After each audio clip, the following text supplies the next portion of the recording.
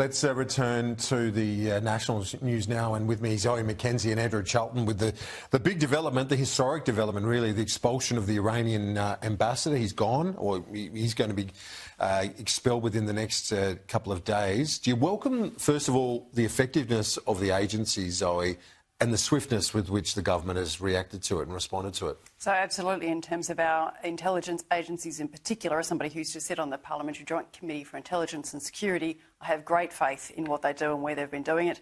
They've been focused on anti-Semitism for quite some time. There have been many instances that they have had to investigate clearly and deeply, and I believe the government has responded quickly to the provision of final advice that they believe there was a connection between the Iranian ambassador or embassy and two particular egregious incidences of dangerous anti-Semitism, both in Melbourne and Sydney. So all faith in our intelligence agencies. Question, could something have been done earlier? Absolutely. There was a Senate inquiry back in February of 23 that pointed to the human rights failings of Iran. It's a case that both Senator Claire Chandler and my former colleague Keith Woolahan had been raising repeatedly in this parliament, and whether the IRGC should be banned in Australia. I'm glad there's movement now, but it's fair to say there could have been movement 2 years ago already. Yeah, well, the members of the coalition had been calling for the Iranian Revolutionary Guard to be prescribed as a terrorist group. In hindsight, should it have been done sooner? Look, no government has been tougher on the Iranian regime than this government, and the action that we have taken is the strongest action that the Australian government has taken against the diplomatic post in this country in the post-war period. We received this advice and acted immediately to take this strong action, send a clear message to Iran that Australia will not tolerate this type of activity on our shore. And what's your message to the Jewish community in Australia? Obviously, it's been a very difficult time the last little while, and the fact that they've been targeted in their own country by a foreign entity is shocking. Yeah, I mean, this is an awful message to the Jewish community in Australia, to know that they have been attacked by a foreign regime on our soil, a place that they have come to make their home, a place where they want to feel safe, where they're raising their families. And you know, in my city of Sydney, my heart goes out to the people running the business there in Bondi, who are providing a service to the community, good people, doing their best, raising their family, and have now become caught up in the actions of a rogue regime around the world, seeking to sow discontent in this country. Is there some reassurance, though, in the fact that the government has been... I know it's copped flack from members and elements of the Jewish community and leadership and so on various issues, including the recognition of Palestine.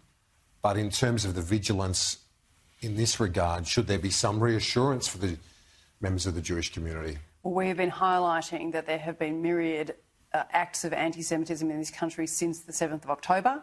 And we have constantly been asking this government to act more emphatically to speak out against anti-Semitism.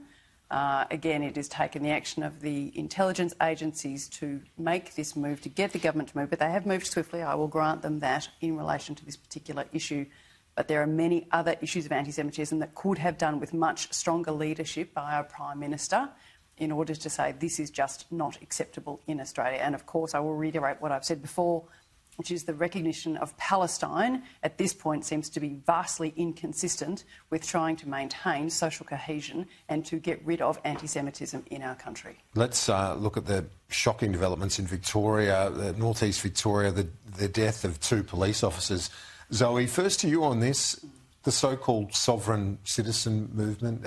Criminals, really, is what it is. If you're acting outside the law, and the alleged murder of these 2 officers by this individual, Desi Freeman, he's not a sovereign citizen, he's an alleged double murderer. That's what Absolutely. He is. So very concerning what's happened in Victoria. I feel for the families of those 2 police officers, but I feel for the police that are currently trying to find Mr Freeman wherever he is in regional Victoria. I'm just going to go live to Linda Reynolds now. I'll come back to Andrew Charlton in a moment. Well, we've got our panel still here, Zoe McKenzie, Andrew Charlton, great to see you both. Obviously, that was developing news there. It's been a very difficult time for Linda Reynolds. Any reflections on that? I mean, obviously, as I say, it's breaking news. Yeah. Hard to sort of keep track of it all. It's important for Linda. This really overshadowed the amazing contribution she had made to Australian public policy in the Australian Parliament through many years in the Senate, indeed many years before that as a senior staffer as well. And I'm mindful that it was also particularly difficult for her Chief of Staff, to Fiona Brown, who I believe through her testimony proved she had done everything right.